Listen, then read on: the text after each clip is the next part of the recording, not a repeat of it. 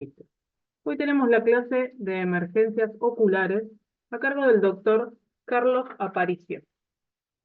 El doctor es médico veterinario por la Universidad de La Salle en el 2004, diplomado por el Colegio Latinoamericano de Oftalmólogos Veterinarios en el 2015, máster en Medicina y Cirugía Animal, Universidad de Córdoba, España, profesor de oftalmología, maestría en ciencias veterinarias, Universidad Autónoma y Pedagógica de Colombia, Boyacá, conferencista nacional e internacional, autor de artículos y capítulos de libros en el área de oftalmología.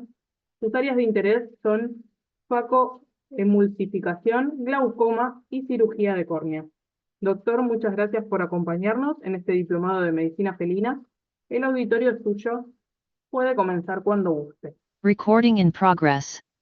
Hola, buenas noches a todos. Para mí es un gusto acompañarlos en este nuevo diplomado, hablando en este caso, de emergencias oculares en gatos. Vamos a empezar la presentación.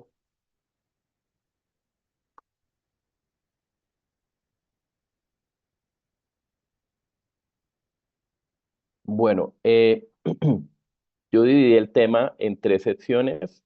Vamos a hablar inicialmente de enfermedades de la órbita. Después vamos a hablar de las emergencias más importantes de la córnea y luego vamos a hacer un capítulo especial de ceguera súbita en gatos. Entonces, es importante tener en cuenta algunas características anatómicas de la órbita felina para entender por qué se pueden presentar emergencias en la órbita. Entonces, es importante tener en cuenta pues, que la órbita felina en la mayoría de los casos es incompleta, no está totalmente cerrada por hueso como en otras especies, como en los equinos y en los humanos. Y eso, de cierta manera, genera como cierta facilidad y hace que el ojo pueda sufrir ante un trauma ocular.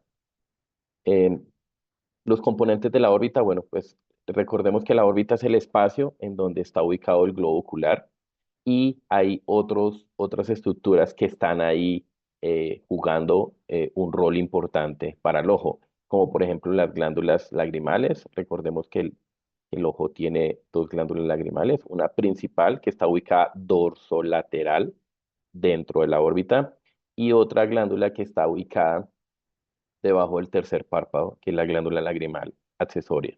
Esas son las dos glándulas lagrimales que posee el ojo. También en la órbita vamos a encontrar los músculos extraoculares, que son 6 músculos extraoculares. Tenemos 4 rectos, uno dorsal, uno ventral, uno lateral, uno medial, y 2 oblicuos, un oblicuo superior o dorsal y un oblicuo ventral.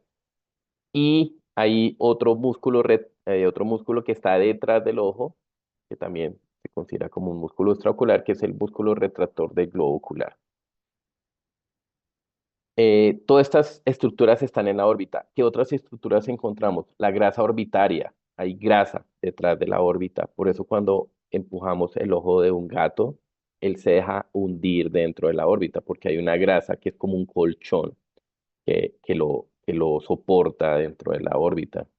También se encuentran las fascias de estos músculos. Encontramos el nervio óptico. Acá está el nervio óptico. El nervio óptico es el nervio que envía la información del ojo al cerebro. Otra estructura que no es muy conocida y en algunos casos puede dar problemas, principalmente en perros más que en gatos, es la glándula cigomática. La glándula cigomática es una glándula salival que produce saliva.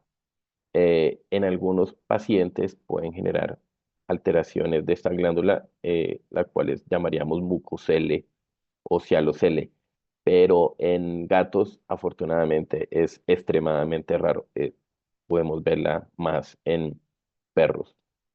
Entonces acá vemos un diagrama un poco más cercano donde vemos el globo ocular, el nervio óptico, esta grasa retroocular que, como les explicaba, sirve como una especie de colchón, como un soporte para que el ojo esté ahí acomodado, esté cómodamente ubicado.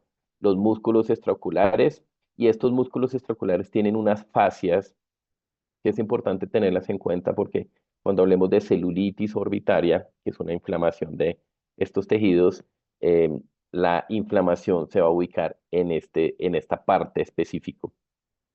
También tenemos una cápsula de Tenon, que es un tejido fibroso que está cubierto, está por encima del globo ocular, y es donde se insertan estos músculos extraoculares. Estos músculos se insertan en esa cápsula de Tenon y es la que permiten el movimiento del globo ocular. La primera patología que vamos a ver, que probablemente es la patología más común de la órbita, que puede ser clasificada como una emergencia, es el esoftalmo. El esoftalmo es un cambio de posición del ojo dentro de la órbita. Entonces, el ojo sigue estando en la órbita, pero es desplazado. ¿Por qué es desplazado? Por cualquier enfermedad que ocupe un espacio en la órbita. Entonces, las enfermedades más comunes serían enfermedades infecciosas, inflamatorias o enfermedades neoplásicas. Serían como los dos grupos más comunes. En este caso, vamos a hacer principalmente énfasis en las enfermedades inflamatorias, que son las de curso agudo, porque las enfermedades de curso crónico generalmente se asocian más a procesos neoplásicos, ¿sí? Que también pueden cambiar la posición del globo ocular, pueden generar estos desplazamientos, pero van a ser más de curso crónico, o sea, van a ser más lentas. En cambio, los procesos inflamatorios eh, infecciosos, como los que vamos a ver en la noche de hoy, son más de curso agudo. Entonces, es un gato que se encuentra bien y en el curso de 1, 2, 3 días empieza a presentar síntomas y uno de los síntomas más relevantes es el dolor. Entonces, acá vemos un paciente con un esoftalmos en donde vemos un proceso inflamatorio de la órbita principalmente hacia la parte lateral. Miren que acá vemos cambio de posición del globo ocular y vemos la presencia de quemosis. En este caso, este paciente tenía una celulitis orbitaria. Entonces, según donde esté ubicado el proceso inflamatorio, vamos a tener un comportamiento diferente del globo ocular. Si el proceso inflamatorio está ubicado detrás del ojo, pues vamos a observar un desplazamiento anterior. Si el proceso inflamatorio o la masa, también en algunos casos puede ser causado por neoplasias, está ubicada en la parte dorsal, lo que vamos a ver es un desplazamiento ventral del globo ocular. Si la masa es ventral, ¿sí? Como por ejemplo, digamos, pongamos un ejemplo, un tumor, una neoplasia de la glándula salival cigomática, pues vamos a ver un desplazamiento más hacia dorsal. Entonces, según donde esté ubicado eh, el, el efecto masa, este tejido inflamatorio o tumoral, vamos a poder tener también un desplazamiento lateral o medial. Esto es importante tenerlo en cuenta porque según cómo se comporte esta posición del globo ocular, pues vamos a saber dónde está ubicada la lesión y al momento de hacer una ecografía o una resonancia, pues vamos a hacer mayor énfasis en esta zona que probablemente es la que está afectada. Existen diferentes causas de esoftalmo. Existen causas congénitas, adquiridas. Dentro de las causas congénitas podemos nombrar el pseudosoftalmo, que realmente es un falso esoftalmo. Estos gatitos de conformación anatómica muy braquicefálicos, muy chatos, en donde vemos que sus ojos son muy grandes, muy saltones. Vemos como un pseudosoftalmo, pero realmente para ellos por su conformación anatómica es fisiológico. Podemos encontrar anormalidades vasculares, podemos encontrar quistes orbitarios y dentro de las causas adquiridas tenemos enfermedades inflamatorias, ¿sí? Dentro de las cuales la más importante es la celulitis orbitaria y el absceso orbitario. Las dos realmente en la mayoría de la literatura las vamos a encontrar juntas porque son enfermedades que van muy similar, van con un cuadro clínico muy similar, algunas diferencias en ecografía a nivel ecográfico de hallazgos ecográficos, pero realmente el tratamiento va a ser el mismo porque va a ser con antibióticos. Entonces, normalmente la vamos a encontrar juntas. Una celulitis orbitaria que no se trata, muy probablemente va a convertirse en un absceso. Otras causas adquiridas, quistes salivales, como les explicaba, de la glándula salival cigomática, miositis de los músculos extraoculares, que es muy raro en gatos, es más común en perros, y neoplasias, que esa sí sería, junto con las enfermedades inflamatorias, serían las dos causas más comunes de ese oftalmo. Pero en neoplasias vamos a pensar gatitos añosos, gatitos senior, 8, 9, 10 años, con un proceso crónico, lento, sí, generalmente no asociado a mucho dolor. Entonces vamos a pensar más en ese tipo de cuadros. Mientras que en enfermedades inflamatorias, generalmente son gatos más jóvenes, gatos de 4, 5, 6 años. La celulitis, absceso orbitario, es un proceso inflamatorio, generalmente es de origen infeccioso, en donde principalmente los culpables o los agentes etiológicos van a ser de origen bacteriano. El signo número uno es el esoftalmo. Entonces, por ejemplo, acá vemos un gatito con un absceso orbitario y lo que vemos es un desplazamiento anterior, ¿sí? Algo que es importante cuando estemos revisando un gatito con una enfermedad de la órbita es mirarlo de frente, mirarlo dorsal, mirarlo de lado y poder evaluar realmente si hay un cambio o no de posición del globo ocular. Otra prueba que podemos hacer seguido de esta inspección es hacer una prueba que se llama retropulsión, que es intentar empujar el globo ocular. Cuando en un paciente sano normalmente podemos empujar el globo ocular y va a haber una retropulsión positiva normal. Recuerden que en la órbita hay un tejido graso, hay otros tejidos blandos, entonces el ojo va a poder y se va a dejar desplazar un par de milímetros dentro de la órbita. Cuando hay un proceso inflamatorio o tumoral o otro proceso en la órbita, lo que vamos a notar es un signo que es muy común, es intentamos hacer esa retropulsión y el globo ocular no, vemos que no se desplaza nada. Es porque hay un efecto masa, hay una masa, hay un proceso inflamatorio o tumoral que evita que el globo pueda ser empujado dentro de la órbita.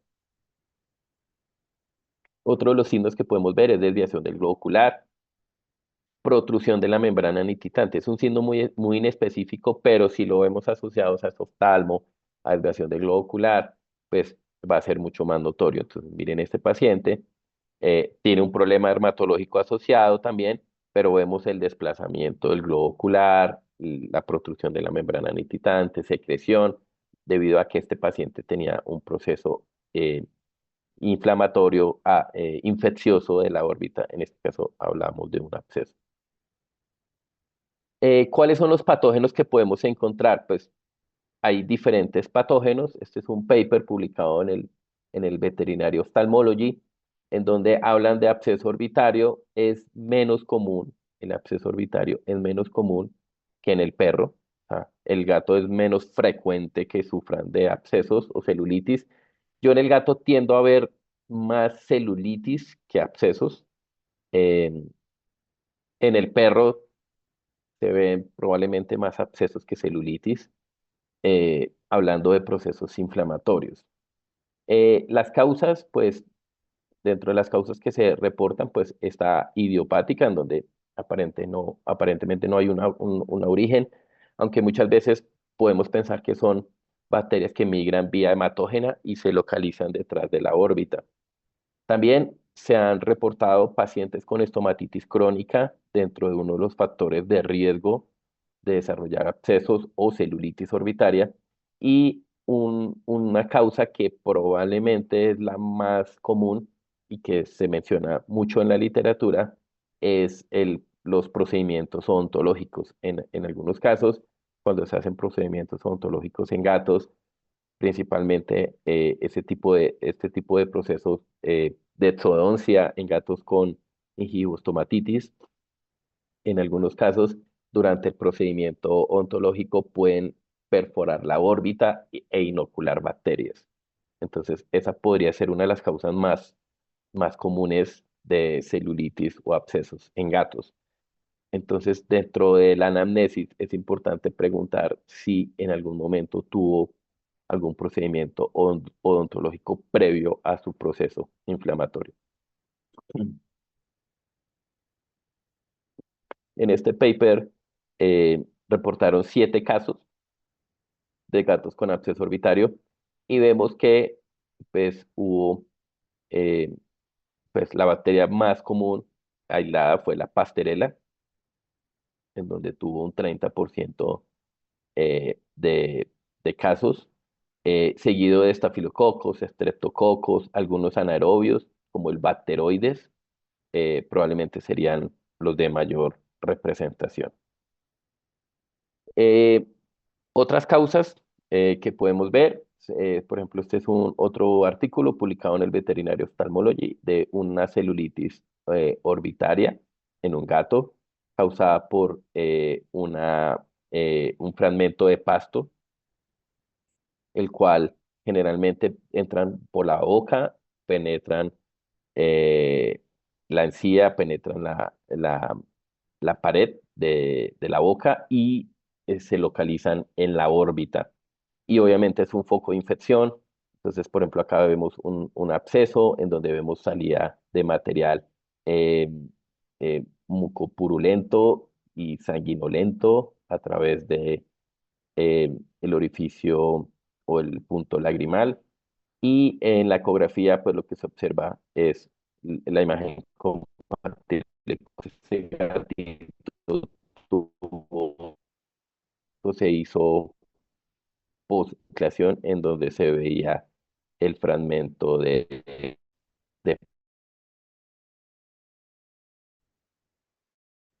esta es probablemente la causa más común. Este es un paper del veterinario eh, casos de posteriores o durante procesos odontológicos. Y acá vemos un par de imágenes en donde hubo una perforación de la esclera por este tipo de materiales odontológicos. Entonces, es importante que este tipo de procesos o procedimientos odontológicos sea hecho porque puede ser una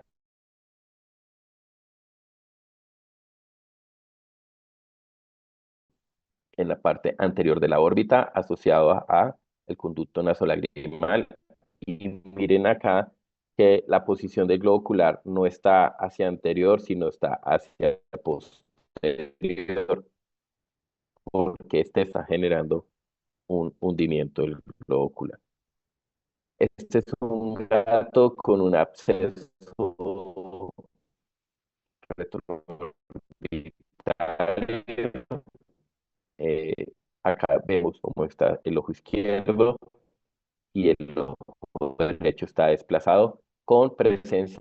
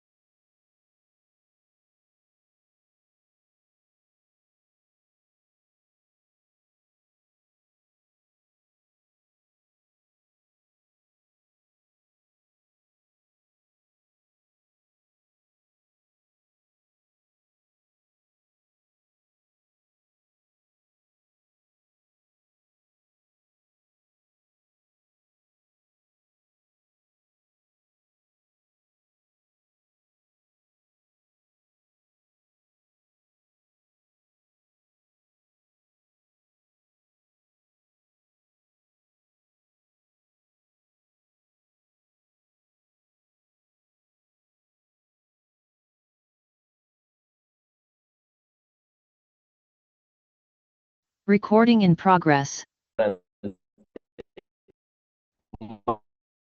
Más profundamente vamos a encontrar la membrana de muy delgada, pero es una membrana que le da cierta rigidez y forma a la córnea. La membrana de semen tiene la característica igual que el epitelio, que es hidromunzón y pan.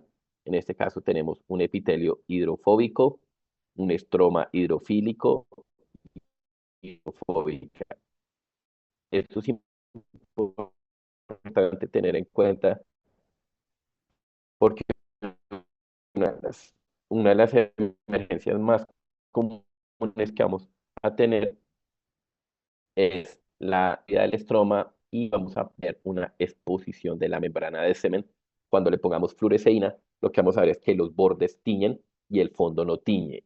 Ese es un signo, una característica patognomónica clásica de un DC-metocele, que el fondo de la úlcera no tiñe. Si ustedes ven una úlcera que en el fondo no tiñe, preocúpense porque ese ojo está a punto de perforarse. Y la última capa es el endotelio, que realmente es una capa que pues, no tiene ni siquiera un espesor porque es una capa monocelular. Células que están unidas entre sí por unas bombas, unas uniones celulares que tienen una bomba sodio-potasio. Y este endotelio se encarga de regular el estado hídrico de la córnea. Se encarga de mantener la córnea con una hidratación controlada de tal manera que la córnea es transparente. Esta es una imagen de un corte histológico en donde vemos la córnea, cuál es el grosor de la córnea del gato, más o menos estamos hablando de una laceración, una perforación, pues es un tejido que es demasiado frágil. Entonces tenemos el epitelio, que es hidrofóbico, el estroma, que es hidrofílico, la membrana de semen, que es hidrofóbica, y el endotelio. Ese es todo el grosor de la córnea. Entonces, cuando nos llegue un gato con una úlcera, tenemos que evaluar qué tan da la úlcera. Una úlcera superficial, estamos hablando que hay una pérdida solo del epitelio. Hay exposición de la membrana, la úlcera, perdón. Eso sería una úlcera superficial. Las úlceras superficiales normalmente le damos manejo con antibiótico, porque normalmente una úlcera no aparece de manera espontánea. En gatos, la causa más se llama herpes virus felino. Este herpes se replica, hace explotar las células epiteliales y genera úlceras superficiales de gran tamaño. Se conocen como úlceras geográficas. Si en cambio tenemos una úlcera que ya no es superficial, sino ha ido profundizándose, hablaríamos de una úlcera estromal. Ahí ya tenemos que pensar que nuestro tratamiento inicial no funcionó. En algunos gatitos usan antibióticos con corticoides, con esteroides tópicos que están contraindicados. Uso de AINES tópicos también están contraindicados. O en algunos casos simplemente son bacterias que producen enzimas colagenasas que derriten la córnea y van profundizando esta lesión. En cambio, cuando ya tenemos una úlcera muy profunda, pues ya podemos llegar casi a la exposición de la membrana de semen. Esto se conoce como un DC-metocele. El DC-metocele se puede ver de maneras. La más común es ver así el cráter, se ve el hundimiento y el fondo se observa la membrana de semen que no tiñe la fluoresceína. Y la otra forma de verlo es abombado. Vamos a ver una foto en donde se ve como la membrana de semen abombada, pero lo más común es verla de esta manera profunda, como en esta imagen. Este es un DC-metocele, una úlcera profunda. Observen acá esta zona que se observa como más oscura, eh, como más opaca. Esta es la membrana de semen y acá observamos los bordes de la úlcera. Es una úlcera de evolución avanzada. Es raro que un gato llegue con un DSM-2L agudo. Generalmente lleva por lo menos 1, 2, 3 días de evolución. La única manera sería que hubiera sufrido como una laceración. De resto, es un proceso que tarda por lo menos 2, 3 días.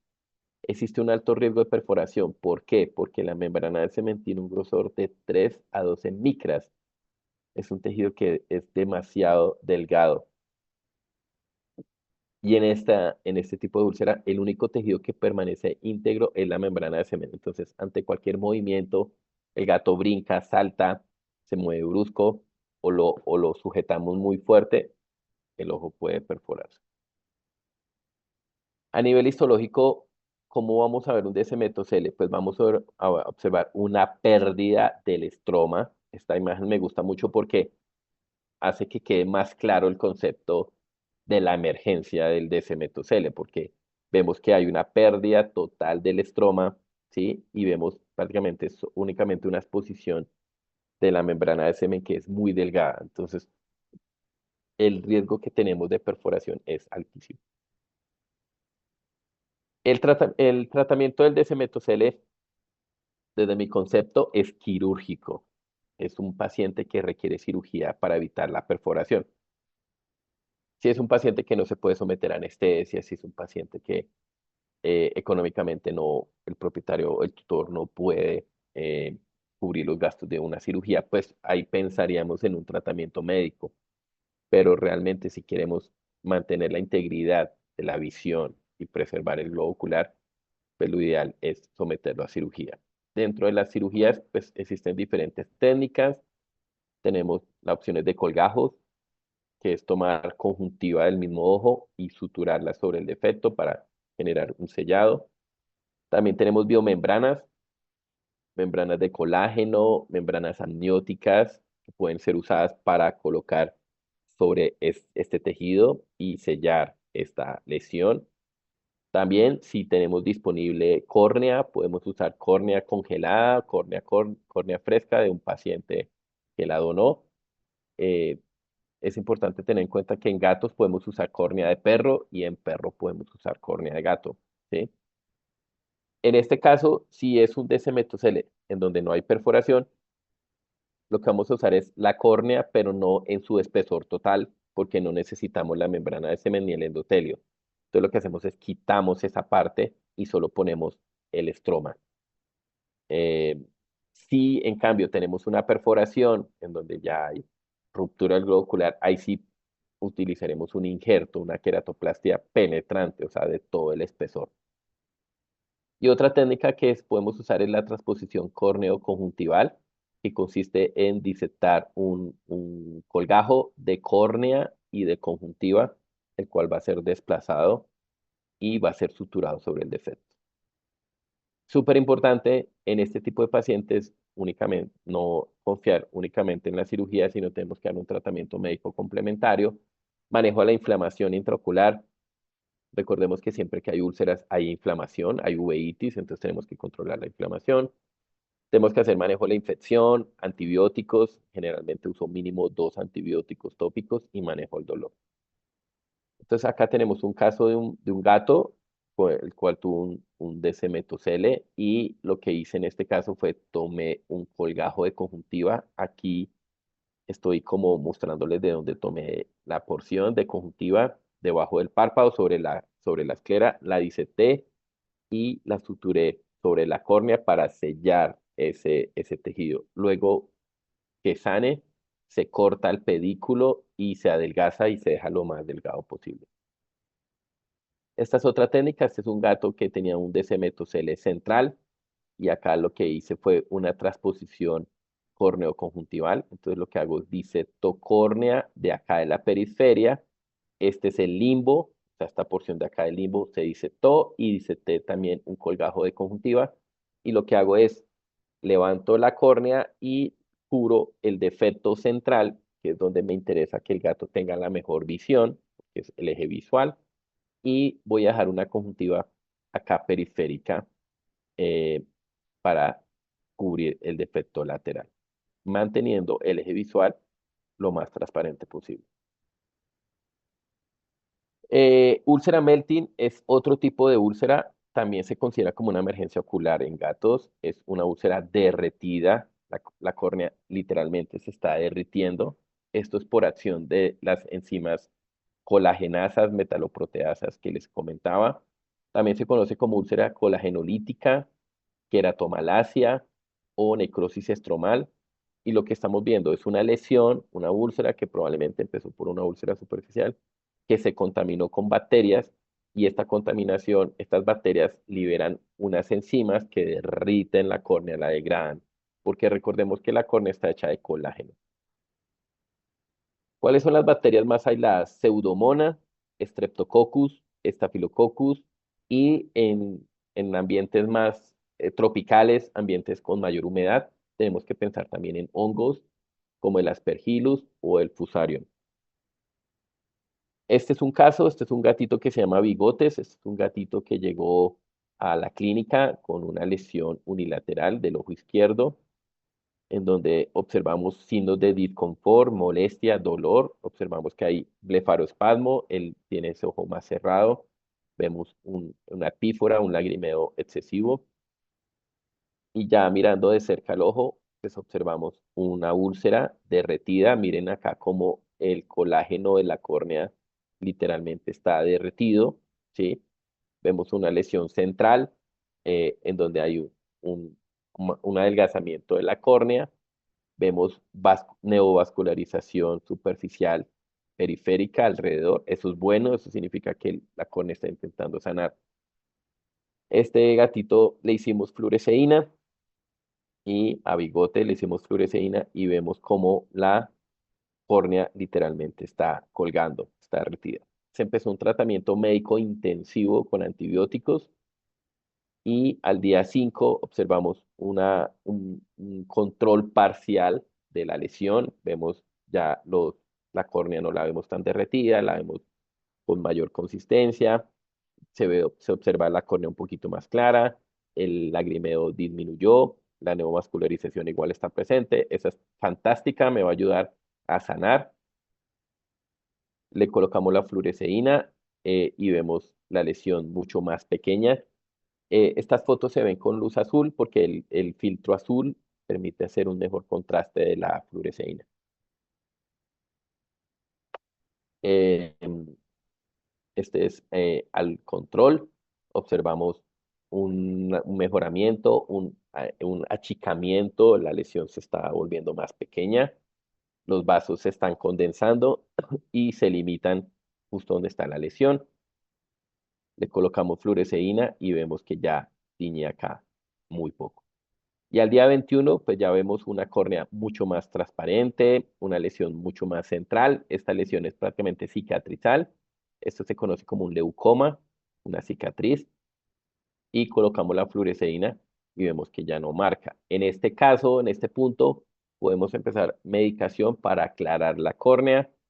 Podemos usar diferentes medicamentos como ciclosporina, como corticoides y como AINES. Yo no uso ni ciclosporina ni esteroides porque muchos de estos gatos tienen herpes.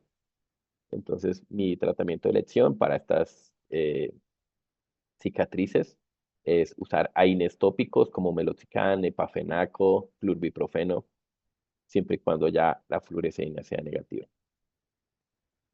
¿Cuál fue el tratamiento de bigotes? Manejo de infección, eh, le dimos tópico, moxifloxacina y tobramicina. Moxifloxacina es una fluoroquinolona de tercera generación, se usa muy bien, la pueden conseguir veterinaria, la pueden conseguir de formulación humana. Normalmente en estos casos, cuando tenemos estos procesos de derretimientos tan severos, normalmente empezamos 1 o 2 días con dosis cada hora y luego los pasamos a cada 2, cada 4 horas y a medida que vamos viendo que la lesión se va concentrando, que se va controlando, lo vamos pasando hasta cada 6 horas. En este tipo de situaciones, en este gato usamos doxiciclina sistémica, más que por su efecto antibiótico, está reportado que la doxiciclina tiene efecto anti-melting, anticolagenolítico. Entonces nos va a ayudar a controlar este proceso de derretimiento. Importantísimo controlar la inflamación, controlar la uveitis, porque de nada nos sirve hacer un súper trabajo controlando la infección o operando al gato. Si no controlamos la inflamación, probablemente se va a desprender la retina o puede haber complicaciones como glaucoma. Entonces, en este caso, a bigotes le dimos prednisolona sistémica, 0.5 miligramos kilo. Manejo el dolor por la prednisolona sistémica, se decidió usar tramadol. Y para el manejo del melting de estas enzimas se manejó suero heterólogo y la doxiciclina también para controlar estas colagenasas. Y para dilatar usamos cicloplégicos midriáticos, en este caso usamos ciclopentolato, inicialmente cada 6 horas y luego cada 8 horas. ¿Qué medicamentos antiproteasas tenemos disponibles? Hay varios en el mercado. El que más uso yo es el suero. Generalmente en gatos utilizo suero heterólogo, porque sacarle sangre a los gatos, pues como ustedes saben, no es muy fácil ni es tan agradable para muchos gatos. Entonces lo que yo hago es, tengo suero congelado en la clínica de perro y este suero lo usamos en gatos sin ningún problema. Importante tener en cuenta que el suero, tanto autólogo como heterólogo, tiene alfa-2 macroglobulina y alfa-2 antitripsina, las cuales son medicamentos o son sustancias que atrapan estas metaloproteasas y controlan ese proceso de derretimiento. El uso de la vía de administración es tópica. Otros medicamentos que podemos usar, N-acetilcisteína, tópico al 0.25%. Este bloquea o quela el zinc y el calcio. LDTA también al 0.2%. También es un quelante o bloqueador del zinc y del calcio. Tetraciclina las podemos usar tópicas o orales. También tiene el mismo mecanismo de acción. Y el hilomastatat o el galardín es un medicamento comercial, también antiproteasa. Eh, si en cambio no tenemos una úlcera derretida o deshemetocele, sino tenemos una perforación, em, pues esto es normalmente una úlcera que progresó, desafortunadamente un deshemetocele que no logramos operar a tiempo, no logramos controlar y desafortunadamente tuvimos una perforación. Y otra causa de la perforación pues son traumas, muy comúnmente arañazos de gatos. En la perforación corneal se caracteriza por dos cosas. Uno, salida de humor acuoso y dos, por prolapso de iris. Acá vemos una perforación, una microperforación con un DCM-Cl abombado y acá hay una microperforación con salida de humor acuoso. ¿Cómo podemos verificar si hay salida de humor acuoso? Una prueba que podemos usar se llama el test de Seidel. El test de Seidel consiste en poner fluoresceína y vemos como el humor acuoso sale y lo barre, hace como una cortina, ¿sí? Eso significa que hay una microperforación. Ya, en perforaciones más grandes, pues lo que vamos a ver es el iris salido, o sea, vamos a ver lesiones más traumáticas o más severas. Acá tenemos un gato con una microperforación muy central de la córnea. Acá vemos un abombamiento de esta membrana de semen. Vemos la presencia de sangre en la cámara anterior y fema. Esto es porque esta perforación está acompañada de uveitis. Hay una inflamación de la úvea. La úvea es la segunda capa del globo ocular. Esta úvea se inflama y sangra. Vamos a ver un video de un colgajo conjuntival pediculado, que es una de las técnicas que podemos usar en una perforación de la córnea.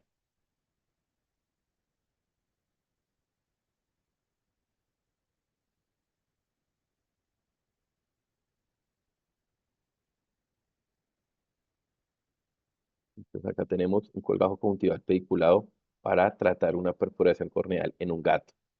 Entonces acá estamos observando una perforación corneal central. Esto que estamos viendo acá es un coágulo de fibrina que se forma naturalmente para sellar la perforación, pero estos coágulos realmente son muy ineficaces porque ante cualquier tensión, movimiento o la misma presión intraocular del ojo, pues va a haber salida de humor acuoso. Acá lo primero que hago, bueno, importante tener en que tengan en cuenta, este video está 4 veces acelerado su velocidad para ser mucho más rápido y ágil. Lo primero que estoy haciendo es disectar un colgajo de la conjuntiva que está sobre sobre la esclera vulvar. Y lo importante es tratar de hacer ese colgajo lo más delgado posible para que la cicatriz sea lo menos notoria posible y comprometa pues, en menor posibilidad el eje visual. ¿En qué casos hacemos colgajos? Gatos que sean de difícil manejo, que no se dejen medicar. Para el propietario va a ser difícil ponerle gotas. Entonces, generalmente busco una técnica que sea mucho más confiable, que me dé más posibilidad de éxito. También gatos que sufrieron un proceso infeccioso. Por ejemplo, acá vemos una córnea contaminada. Entonces, en esos casos también prefiero usar el colgajo eh, que me va a dar mayor seguridad. Ahí quité parte de ese coágulo de fibrina. Estoy limpiando esta lesión y verifico que mi colgajo tenga la capacidad de cubrir el defecto. Miro que quede delgado. Esta vascularización del colgajo es súper importante porque la principal ventaja que tiene el colgajo conjuntival pediculado en las lesiones de la córnea es que va, como tiene soporte sanguíneo, va a llevar macrófagos, va a llevar células blancas, va a llevar fibroblastos, o sea, va a llevar todo lo que necesita la córnea para sanar. Entonces, las posibilidades de éxito del colgajo conjuntival pediculado es altísima. En contra tiene que me puede dejar más cicatriz que una transposición, que eh, que un injerto de córnea, ¿sí? Entonces, cada técnica tiene sus pros y sus contras. Tenemos que elegir cuál es mejor para cada paciente. En este caso, este es un paciente que no era de fácil manejo, no se dejaba poner gotas fácilmente en la casa. Entonces, en este caso, decidí optar por la decisión que me iba a dar más posibilidades de éxito, aunque me dejara un poco más de cicatriz. Coloco un punto inicial que me va a tensionar el colgajo, que me va a posicionar el colgajo en su posición y luego empiezo a poner puntos en cuadrantes para empezar a extender el colgajo, que este colgajo empiece a cubrir todo el defecto, ¿sí? Y como les mencionaba, importante que ese colgajo no quede muy grueso, me interesa que quede muy delgado en la zona del defecto. El pedículo no me afecta, no me importa si es grueso o no, porque igual ese se va a cortar. Entonces, realmente la porción más importante es la porción central. Ahí estoy usando sutura no absorbible, estoy utilizando nylon 9 ceros. Esta es una cirugía que es realizada con microscopio quirúrgico y ahí estoy grabando la cirugía a través del microscopio quirúrgico. Entonces coloco puntos simples y voy dándole extensión a mi colgajo para que cubra todo el defecto.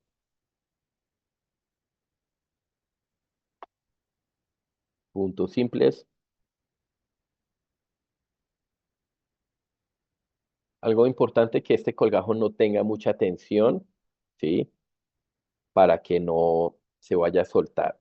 Entonces, importantísimo que que esté bien liberado, que esté bien suelto, que no tenga cápsula de Tenon, porque es una de las causas de fracaso, la cápsula de Tenon.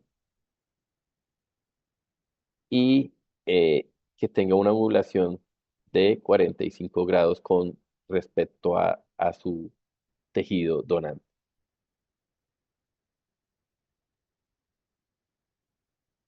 Voy poniendo puntos simples sucesivamente hasta que el colgajo vaya cubriendo todo el defecto.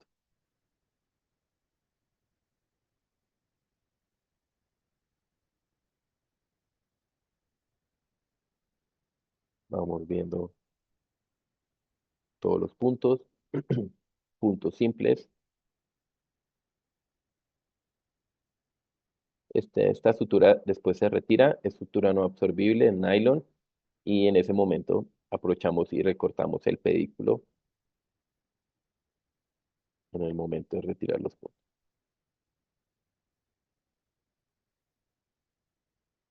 Y siempre hago un par de puntos en la base del colgajo.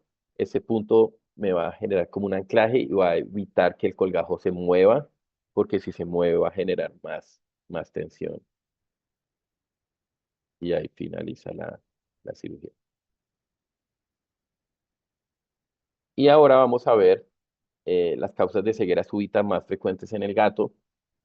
Y la primera que quise presentarles esta noche es la ceguera posanestésica. Es una condición, es una situación que vemos pues, en algunas ocasiones. En humanos esta condición se conoce como pérdida de la visión postoperatoria y en gatos se conoce como ceguera posanestésica o ceguera posanestesia. El primer reporte fue en el 2001, fue publicado, reportado por Jur, colaboradores, que reportaron una ceguera posanestésica después de una profilaxis. Este paciente fue sometido a eutanasia y a nivel histopatológico se encontró una necrosis cerebrocortical.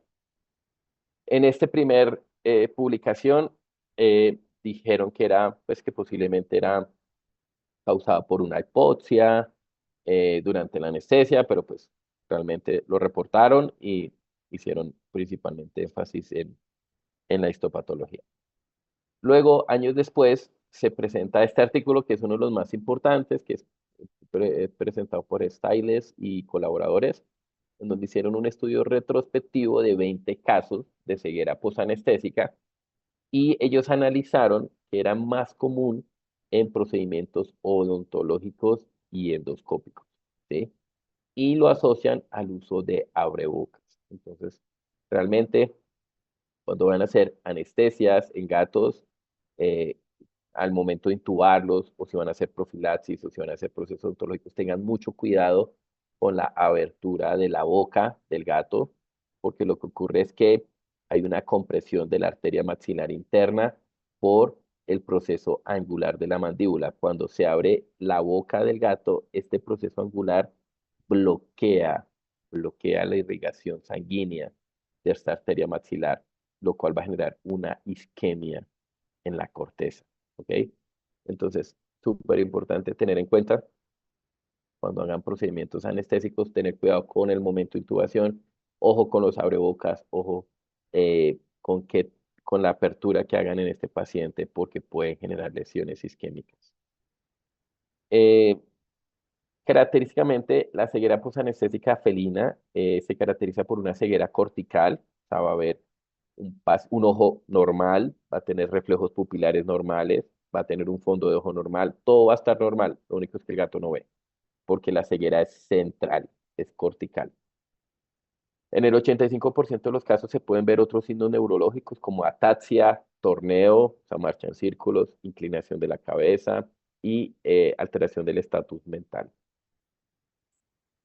Entonces, lo que ya se ha evaluado y se ha analizado en diferentes artículos, porque hay varias publicaciones, es que cuando se abre mucho la mandíbula del gato, va a haber una compresión de la arteria maxilar, va a haber una disminución en el flujo de la arteria maxilar, lo cual va a desencadenar un menor flujo en la rete mirabile, que es este aglomerado de vasos lo cual va a desencadenar en una alteración en la irrigación de la arteria carótida interna, generando una menor irrigación del cerebro, menor irrigación de la retina y menor irrigación del oído interno. Pero la parte que más se va a ver afectada es la parte del cerebro.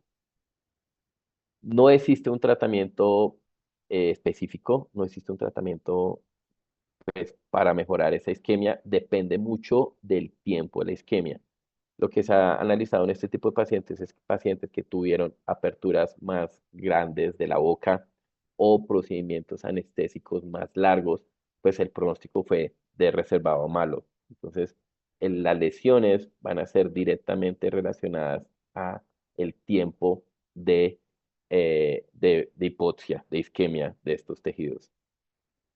El uso de antioxidantes puede ayudar en la recuperación neuronal. Antioxidantes como zinc, vitamina E, selenio, ácidos grasos, luteína, todo este tipo de antioxidantes pueden ayudar, pero realmente todo depende del tiempo y del grado de apertura de la boca. El pronóstico es reservado, aunque eh, el porcentaje de recuperación de visión puede ir sobre el 60-50% de los pacientes. Depende mucho de los tiempos y del grado de apertura. Y la causa más común de hipertensión de ceguera súbita en el gato, principalmente gatos mayores, es la hipertensión arterial sistémica. Se clasifica como la causa más frecuente de ceguera aguda súbita en el gato. Es una enfermedad silenciosa. Estos gatos vienen con aumentos paulatinos de presión arterial hasta que llegan a ser picos y ahí es cuando se presentan las lesiones oculares porque el ojo es un órgano diana de lesión de hipertensión. Generalmente son gatitos mayores de 9 años y esta hipertensión casi siempre se ve secundaria a otra enfermedad. Entonces recordemos que las capas del ojo son tres. Tenemos la capa fibrosa, que es la capa más externa, que está compuesta por la esclera y la córnea. Esa es la capa más externa, la capa fibrosa. Luego tenemos la capa vascular, que es la que vemos en este verde más oscuro, que está compuesta por el cuerpo ciliar, por el iris y la coroides. Esta es la capa del ojo que tiene toda la irrigación.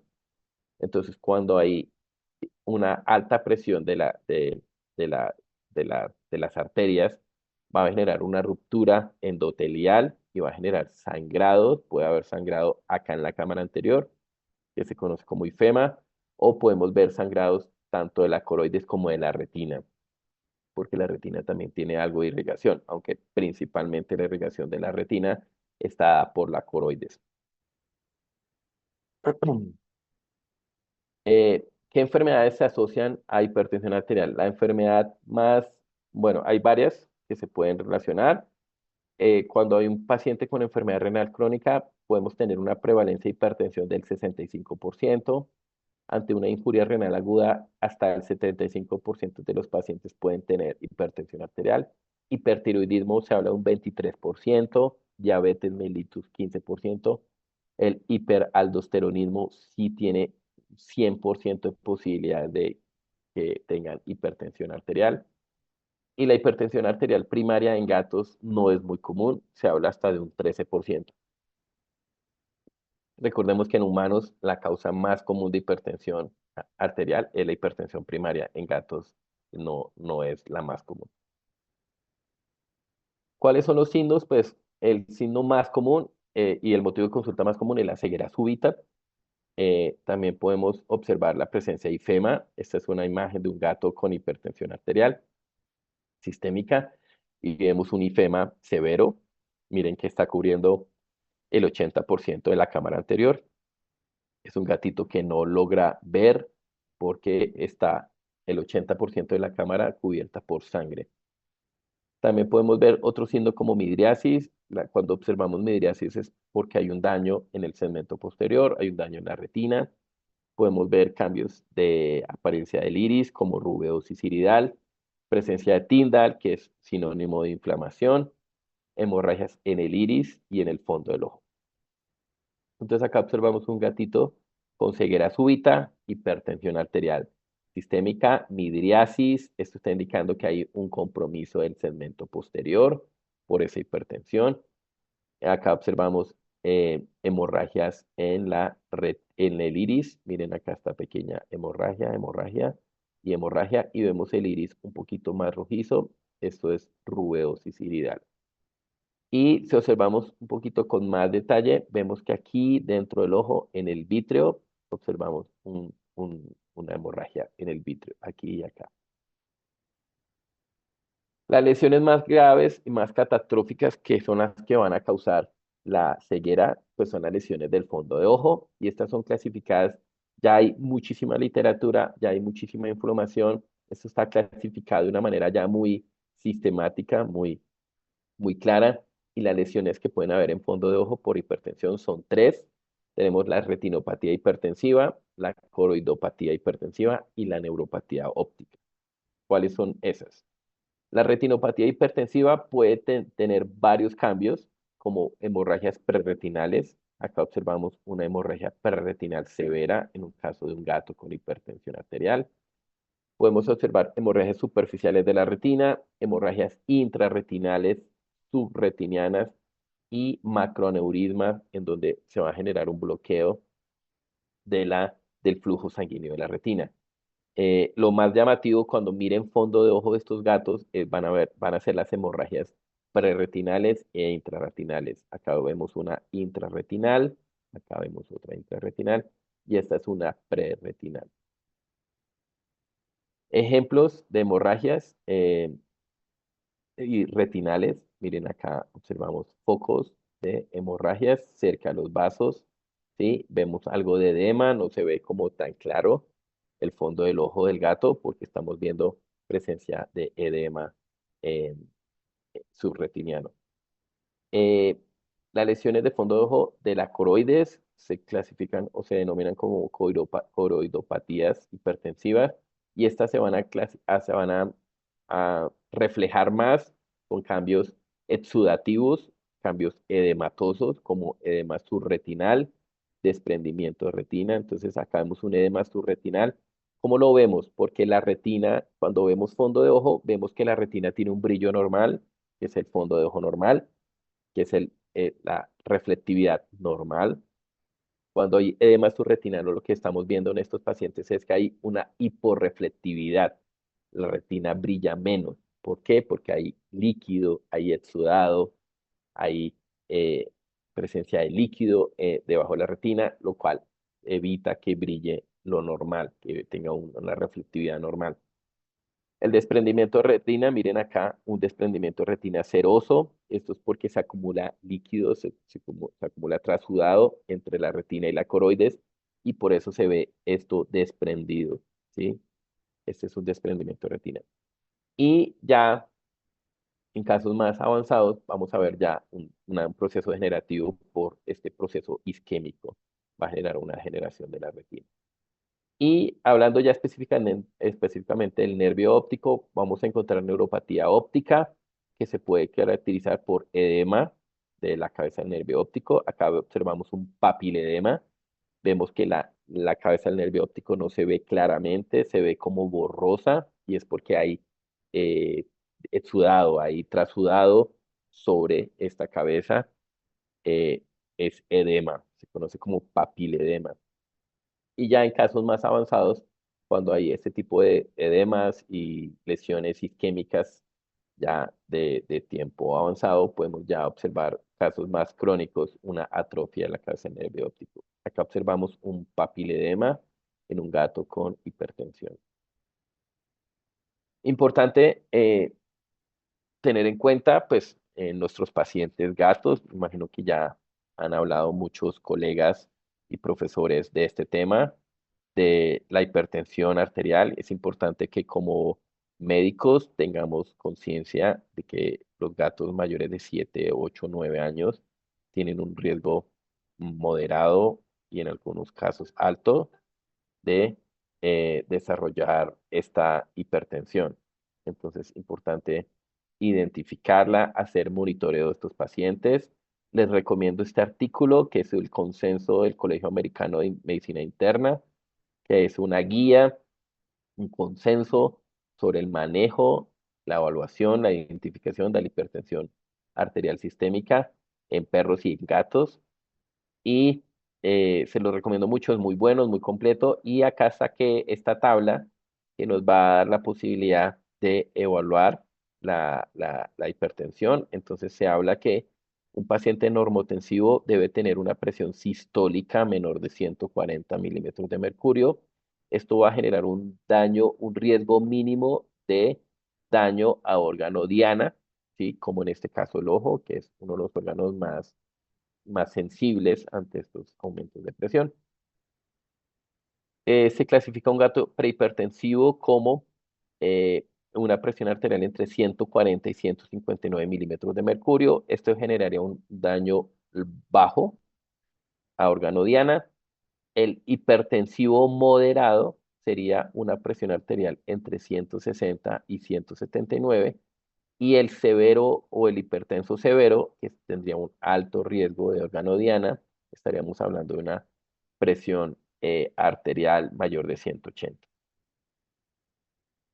¿Cuál es el tratamiento? Pues tenemos que tratar la causa. La ceguera y la lesión en la retina y en la uvea es causada por la hipertensión. Entonces tenemos que tratar la hipertensión, el medicamento de elección.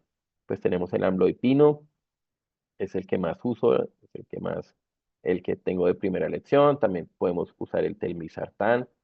También el enalapril y el benacepril se usan no como tratamiento primario, sino como complementario al amlodipino o al telmisartán.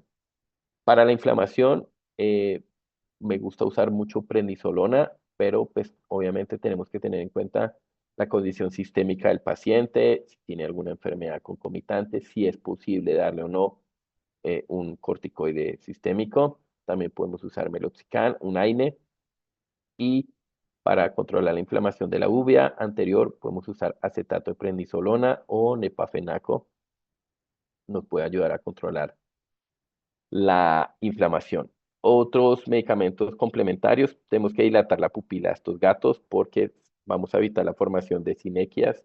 Podemos usar tropicamida, podemos usar ciclopentolato.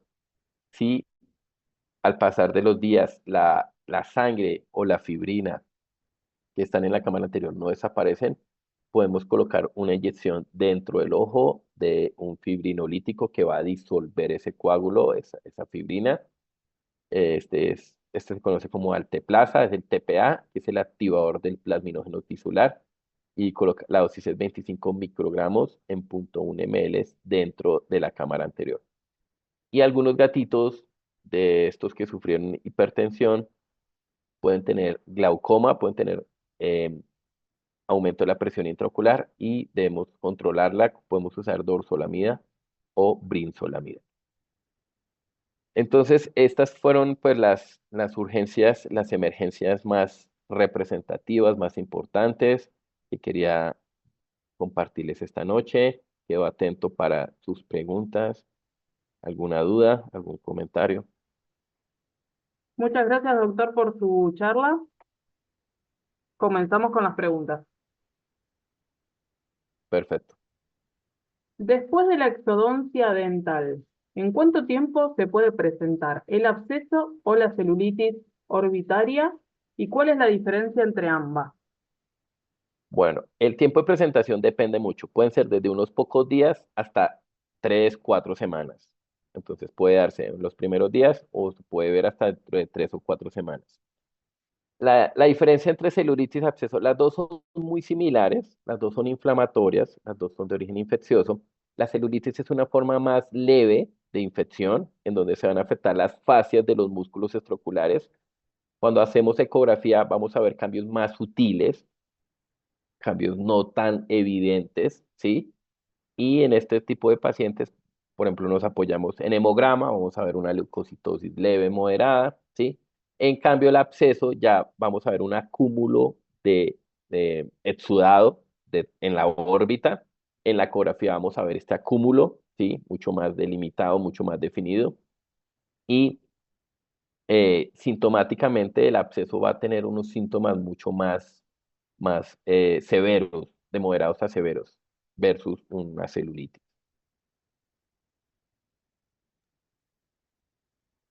¿Cómo sabemos que los músculos sufrieron ruptura? Ok, ¿cómo sabemos que los músculos sufrieron ruptura? Eso lo sabemos por el desplazamiento del ojo en la órbita, ¿sí? Entre más salido veamos el ojo, más músculos se rompieron, ¿sí? El músculo que primero se rompe, que es prácticamente inevitable, es el músculo recto medial porque es el más corto. Ese es, ese es el primero que se va a romper. Y lo que vamos a ver en esa situación es un desplazamiento lateral del globo. Pero si vemos, han llegado algunos gatitos con el ojo literalmente colgando, ¿sí? Es porque ya hay ruptura de todos los músculos extraoculares. Entonces, el grado de lesión de músculos va directamente proporcional al grado de proptosis del ojo.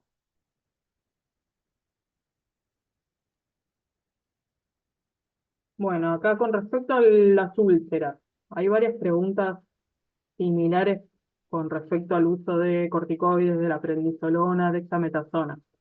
Ok. Preguntan en el caso de que un animal presente una úlcera, pero a su vez está haciendo un tratamiento de alguna otra enfermedad que requiere el uso de prednisolona o dexametasona vía oral. ¿Qué se hace en este caso? Sí, eh, de pronto hay una pequeña confusión. Cuando tenemos una úlcera, siempre que hay una úlcera, hay una inflamación del ojo, ¿sí? O sea, es directamente proporcional. Entre peor la úlcera, peor la inflamación. Y tenemos que controlar esa inflamación. Y la inflamación la podemos controlar con AINES orales o con corticoides sistémicos, ¿sí? Lo que no podemos usar nunca en una úlcera es corticoides, dexametasona o prednisolona tópicos, ¿ok? De hecho, en muchos casos, como por ejemplo el caso del gato Bigotes, que tiene una úlcera melting, él recibió corticoides sistémicos. Era necesario darle el corticoide sistémico. Entonces, si hay un gato que por alguna enfermedad dermatológica, no sé, endocrina, inmunológica, la que sea, está tomando prednisolona, de hecho la prednisolona le va a ayudar para controlar la inflamación. El efecto sistémico sobre las metaloproteasas es mínimo. El efecto grave de los esteroides es tópico, que es como se debe evitar. Bueno, justamente con el caso de Bigotes, preguntaban por cuánto tiempo tiene que utilizar la prednisolona. La prednisolona oral la manejo de acuerdo al grado de inflamación, ¿sí? Sí, cuando vean un gato con una úlcera y con una uveitis, siempre clasifiquen la uveitis de 1 a 5. Yo veo el gato, tiene sangre, veo el ojo turbio, tiene la presión intraocular alta, baja, perdón, probablemente es una uveitis de 3 para arriba. Pero yo veo signos muy, muy tenues de inflamación, entonces la voy a clasificar de 1 a 2. Entonces, en casos de 1 a 2 de inflamación, que yo clasifiqué mi inflamación, voy a darle un AINE oral por 3 días, máximo 5. Si yo tengo una uveitis de 3 a 5 en mi score personal, ya la veo con sangre, por ejemplo, en la perforación que vimos, eh, ahí le voy a dar prednisolona. Y el tiempo varía según el paciente. Normalmente damos esteroides para uveitis 1 semana, 2 semanas, 3 semanas, depende de cada caso. Cuando lo voy suspendiendo, siempre el corticoide sistémico lo voy suspendiendo gradualmente, ¿sí? Y lo uso hasta que ya vea que la inflamación intraocular está controlada. Entonces, normalmente puede ser 1 semana, pueden ser 2, 3 semanas. Por acá preguntan si el meloxicam viene tópico o si simplemente lo utiliza oral o inyectable. El meloxicam tiene presentación oral, en pastillas o en gotas orales, tiene presentación inyectable y tiene presentación oftálmica en gotas oftálmicas, ¿sí? El meloxicam oftálmico no lo uso en úlceras, ¿no? Lo voy a usar principalmente en uveitis, en donde no hay úlcera, o en casos que ya traté la úlcera y voy a disminuir la cicatriz, ahí puedo usar un AINE tópico como el meloxicam, aunque no en todos los países está disponible.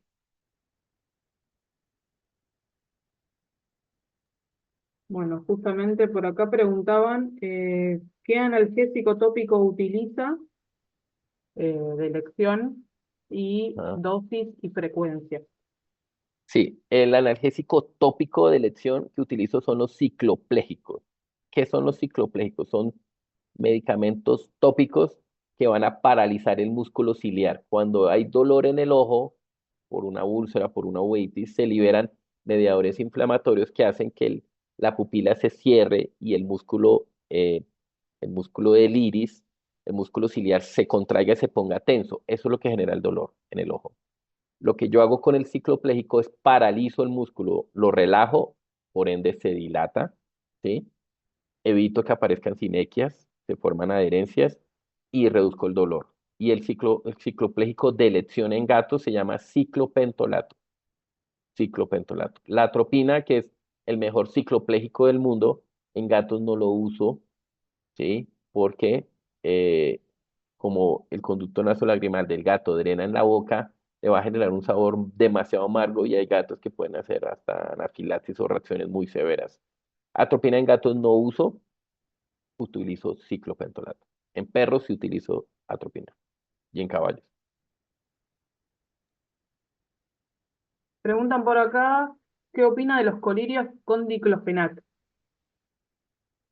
Esto es una controversia, es una controversia. Algunos colegas de algunas escuelas americanas o no sé, europeas, recomiendan el uso de AINES tópicos para el manejo del dolor y la inflamación en úlceras. Realmente yo no lo comparto, no lo uso, y menos el diclofenaco, que puede ser el que más se relaciona con la aparición de úlceras melting. Entonces realmente yo no lo uso, ¿sí? Podría usarse, pero hay un riesgo de potencialización de estas metaloproteasas y realmente es un riesgo innecesario. Si yo tengo un paciente con dolor, le doy medicación para el dolor. Si tengo un paciente con inflamación, le doy medicación para inflamación sistémica. Si tengo un paciente con dolor intraocular, le doy un ciclopléjico. Realmente el uso de AINES tópicos realmente es más como el riesgo que el beneficio. Personalmente no lo recomiendo. Por acá preguntan de los cicloplégicos, si no se puede presentar como consecuencia un glaucoma secundario. El glaucoma, bueno, la próxima clase que vamos a tener de gatos va a ser sobre el glaucoma. Vamos a hablar del glaucoma, que el glaucoma en gatos principalmente es, mm, es secundario. Y les podría decir que hay más posibilidad que un AINE cause hipertensión a que un ciclopléjico cause hipertensión. Normalmente lo que buscamos con el ciclopléjico es dilatar la pupila. ¿Por qué? Porque hay dolor, hay uveitis. Si hay uveitis, el iris se vuelve pegajoso y se tiende a pegar con el cristalino. Y si se pega el cristalino, ahí sí le va a dar glaucoma al gato.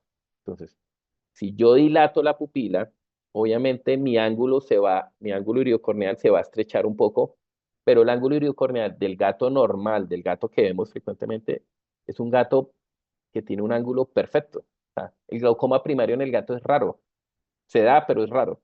Entonces, si yo estrecho el ángulo porque la pupila está dilatada, si el ángulo está normal, las posibilidades de que se suba la presión son mínimas, pero sí voy a tener muchas posibilidades de desarrollar glaucoma si el iris se pega al cristalino. Pues se va a generar un bloqueo pupilar y un glaucoma secundario. Entonces, si ponemos en una balanza, realmente es más riesgoso no usar un ciclopléjico que usar un ciclopléjico.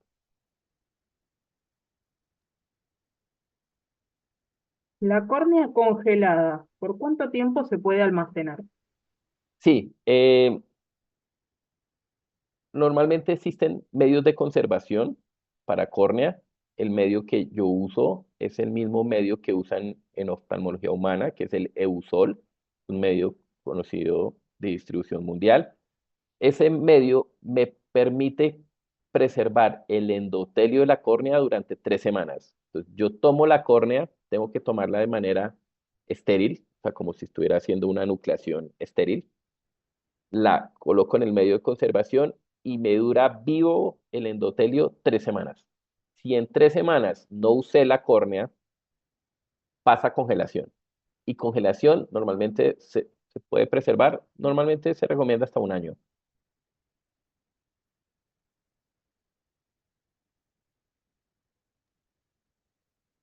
Acá preguntan, en las úlceras melting, ¿la doxicilina por cuánto tiempo se utiliza? Y si además utilizan vía tópica la tobramicina con la moxifloxacina simultáneamente. Sí, en las úlceras melting, piensen que es una úlcera contaminada, hay gran cantidad de bacterias ahí. No presenté un estudio que hice el año pasado sobre úlceras melting en gatos y en perros, pero se ve que hasta en el 30% de los casos pueden haber infecciones mixtas. Entonces, siempre en esas úlceras contaminadas y complicadas, uso mínimo 2 antibióticos. Tobramicina, que me cubre muy bien contra pseudomonas, y moxi o gatifloxacina, que me cubren el otro espectro. Entonces, siempre 2 antibióticos mínimo en úlceras complicadas. Eh, y, eh, y respecto al uso de la doxiciclina, pues la doxiciclina es un medicamento pues, que todos conocemos que es un antibiótico, pero últimamente se le han dado mm, muchas propiedades inmunomoduladoras y en el ojo se han determinado que sí tiene un efecto anti-melting. Entonces, normalmente de rutina en la clínica, siempre a todos los gatos con úlceras melting les damos doxiciclina. Normalmente se las damos entre 2 a 3 semanas, normalmente 10 miligramos kilo una vez al día. Y tópico también podríamos usar terramicina, o sea, oxitetraciclina tópica, pero normalmente en esas úlceras derretidas, pues no nos gusta usar ungüentos, entonces lo usamos generalmente más sistémico. Bueno, acá hay unas preguntas con respecto al tema del colgajo. Una de las preguntas es, ¿cómo sé que no hay cápsula de tenón en el colgajo? Y la otra pregunta es, ¿se utiliza nylon 9.0 y a qué tiempo retira los puntos?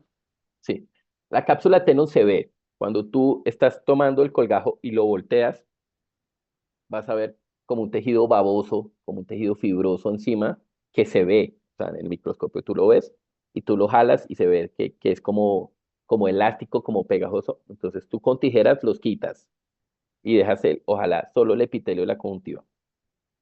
Y la sutura absorbible hay que quitarla, ¿sí? Puedes en algunos casos usar sutura no absorbible, que no tienes que quitarla, pero la sutura absorbible hace más reacción, ¿sí? En cambio, la sutura no absorbible no deja mucha reacción y normalmente la quitamos entre la segunda y la tercera semana. Y aprovecho para cortar el pedículo y dejar solo el colgajo en el defecto.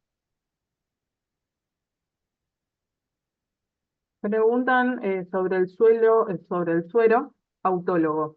¿Sí? ¿En qué casos lo utiliza? ¿Cómo se hace? Listo. Partamos de la clave, partamos del hecho.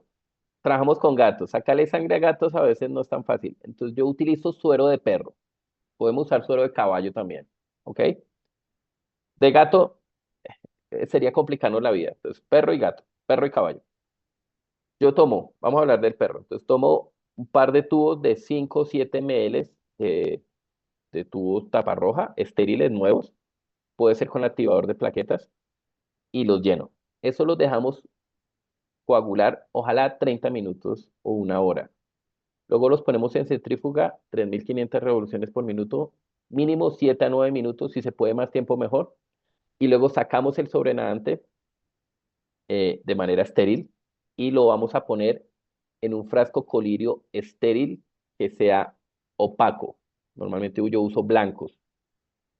Y lo diluyo en partes iguales con solución salina. O sea, 50% suero, 50% solución salina. Hay algunos papers que hablan que hasta un 30% de suero es beneficioso. Yo lo uso 50-50. Y luego ese suero que está preparado va a congelación. Y en congelación puede durar un año congelado. Y ya cuando se va a empezar a usar, se saca del congelador, del freezer y se pone en el refrigerador y ahí se puede usar durante 8 a 10 días. Ya después de 8 a 10 días se inactiva, ya no funciona, se desecha y se usa uno nuevo. Y la frecuencia depende mucho. En esas úlceras melting normalmente lo empezamos cada hora, cada 2 horas luego, cada 4, cada 6 horas. ¿Y en qué caso los uso? Cualquier úlcera complicada, desde una úlcera estromal, una úlcera profunda, una úlcera melting. Después de cirugía lo uso siempre, después de un secuestro, después de un colgajo, de una queratoplastia. Entonces, siempre lo uso como coadyuvante en la cicatrización. ¿Cuál es su opinión sobre el uso de cross-linking en úlceras colagenolíticas? Sí, no lo incluí en la presentación, pero el crosslinking es una terapia eh, que es sacada de oftalmología humana, es muy usada en oftalmología veterinaria. Yo la hago en la clínica, lo hago más en perros que en gatos, pero se puede usar en cualquiera de las dos especies. Para los que no conocen el crosslinking, es una terapia que se utiliza un fotosensibilizante, en este caso es vitamina B5, eh, y ya ahorita me voy a acordar el nombre. Y esta sustancia se pone en el ojo, se pone en gotas, de acuerdo al protocolo. Hay protocolos de 15 minutos intensos o hay protocolos de 20 minutos separados. Y lo que hacemos es colocamos el medicamento, luego se activa una lámpara de ultravioleta y esa lámpara de ultravioleta lo que va a hacer es aumentar y endurecer los enlaces covalescentes del colágeno de la córnea, endureciendo la córnea. Sería como eh, endurecer la córnea con esta terapia. Y el efecto beneficioso que también tenemos con el crosslinking, es que adicional a eso, también se liberan radicales libres que tienen un efecto antiinfeccioso sobre bacterias y sobre hongos. Entonces, sí, totalmente útil y muy buenos resultados eh, para los que puedan hacer crosslinking o si pueden remitir a un gato con crosslinking, también puede ser una buena opción. ¿Qué parte del globo ocular se Riboflavina. evalúa? Sí. Riboflavina se llama el medicamento que se utiliza. Perdón, ¿Qué que me parte? acabé de acordar. Sí, sí, apareció nomás. ¿Qué parte del globo ocular se evalúa con la luz verde? Y preguntan si la luz azul evalúa el nervio óptico. Sí, algunos oftalmoscopios vienen con una luz verde.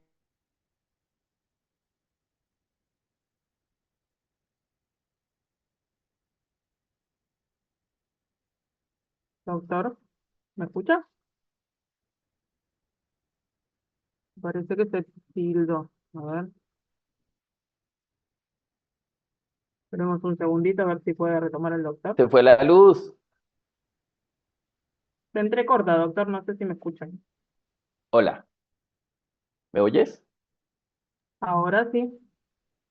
Sí, Si es que quiere se fue la apague la luz. cámara, a ver si Sí, se fue mejoramos. la luz. Estoy Ah, con el móvil. Me activé ok. el wifi del móvil para poder seguir acá en la clase. Ah, buenísimo, buenísimo. Bueno, se le cortó la luz Eh, al doctor, así que sí, vamos a ir haciendo las últimas preguntas para que no se quede sin datos. tranquila. La luz Sí. verde realmente en oftalmología veterinaria no se usa mucho. Usamos principalmente la luz azul para hacer el contraste con la fluoresceína. Y en otros casos podemos usar la luz roja y la luz azul para hacer unas pruebas específicas de la retina que se llaman reflejos monocromáticos. Pero la luz verde no se usa mucho. Hay algunos oftalmoscopios que vienen con luz verde, pero realmente no le damos mucho uso en oftalmología veterinaria. Se puede usar para fondo de ojo para mirar algunos vasos, em, para hacer un resaltamiento de los vasos de la retina. Bueno, voy a ir eligiendo las dos últimas. Eh, Tranquila. ¿Cuáles serían las causantes de la ceguera aguda en un gato cachorro? Y si es posible que esté relacionado con enfermedades virales como PIF o Villet.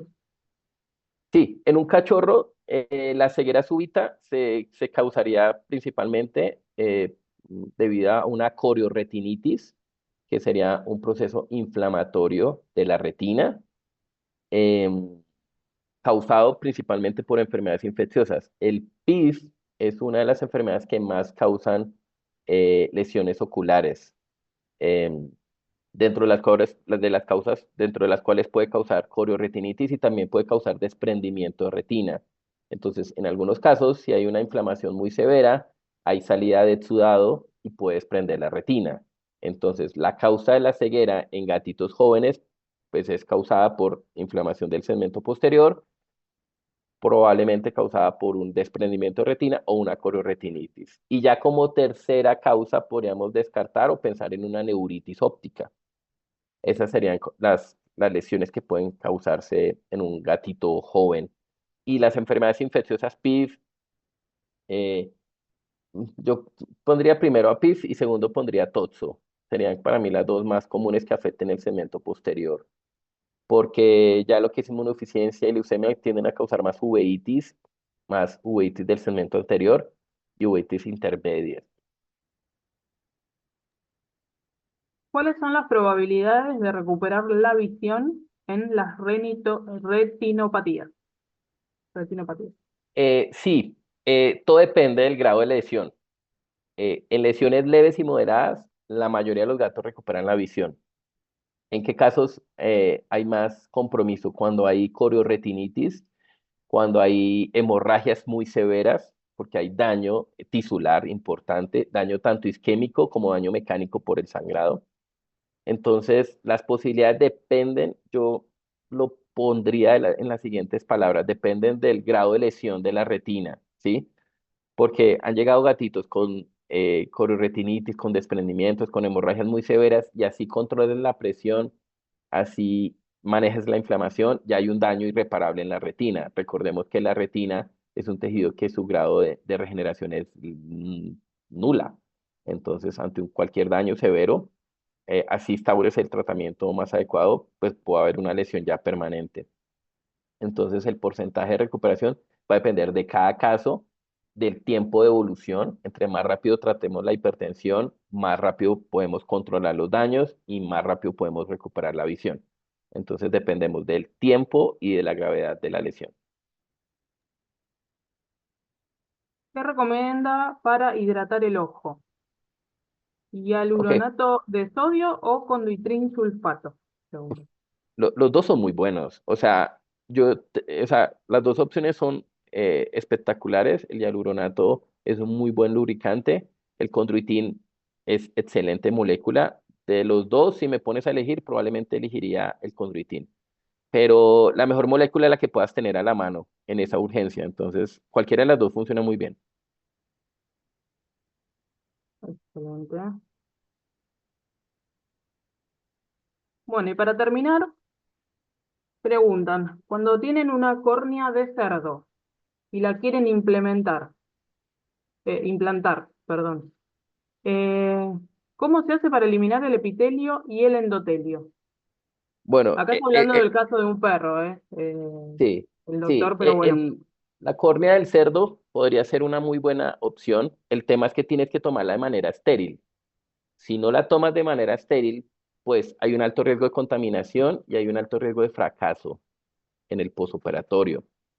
Entonces, si piensas en córnea de cerdo o de cualquier especie, lo ideal es tomarla de manera estéril, o sea, tomarla como si estuviera haciendo una cirugía con guantes estériles, instrumental estéril y conservarla en el medio de preservación que el más recomendado se le usó. Digamos que tenemos una córnea que cumple esos requisitos. ¿Cómo hago para quitar el endotelio? Si es una cirugía lamelar, que no necesito el endotelio, entonces lo que hago es con unas tijeras de iris o unas tijeras de córnea y con unas pinzas levanto el endotelio y lo voy disectando roma con las tijeras y lo quito. Si quieres quitar el epitelio, lo puedes hacer con un rotor de córnea, con una fresa, o también lo puedes hacer con un cuchillete de Crescent, que es un cuchillete para cirugía de córnea, lo puedes meter por debajo del epitelio y disectas el epitelio. Yo normalmente el epitelio no lo quito mucho, lo que sí quito es el endotelio, porque es obviamente una cirugía no penetrante, porque es la que tiene más capacidad antigénica, el endotelio. bueno, y acá una pregunta cortita. Dale, Eh, tranquilo. si los valores normales del test de Schimmer es el mismo que en los perros. No, pues no, la pregunta se sale un poquito del tema, pero igual, con mucho gusto. No, los valores de los gatos son muy variados, dependen mucho de la literatura. Dentro de mi concepto, el test de Chilmer 4 a 14, ¿sí? Son valores mucho más bajos que en el perro. Y en algunas razas, como el persa, se ha descrito valores normales hasta 19. Y van a encontrar literaturas que van a encontrar valores de Chilmer hasta 25. Yo normalmente uso mucho de 4 a 14, que es recordemos que el valor del perro es de 15 a 25, entonces el gato casi no sufre de ojo seco, es muy raro y generalmente se asocia a herpes. Perfecto. Porque acá comentan que tienen casos de gatos que producen lágrimas de color cobrizo. Sí, la pigmentación cobriza de las lágrimas de los gatos es totalmente normal. Es uno de los pigmentos que vienen en, impregnados en la lágrima del gato. Es totalmente normal. Eh, la lagaña del gato va a ser marrón, es totalmente normal. Lo que no es normal es el exceso de lágrimas. Entonces, hay gatos, y es muy común en los persas, que tengan lagrimeo excesivo y generalmente es porque tienen conjuntivitis crónica.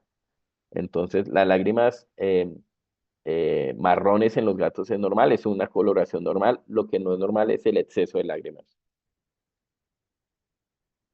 Excelente. Muchísimas gracias, doctor, por su tiempo. Muchísimas gracias a todos los presentes. Y bueno, que tengan muy buenas noches. Muchas gracias por la invitación. Nos vemos en la clase de glaucoma. Ahí está mi correo electrónico, está mi Instagram. Cualquier duda, cualquier pregunta que surja posterior, con mucho gusto estaré pendiente para resolverla. Muchas gracias. Muchas gracias.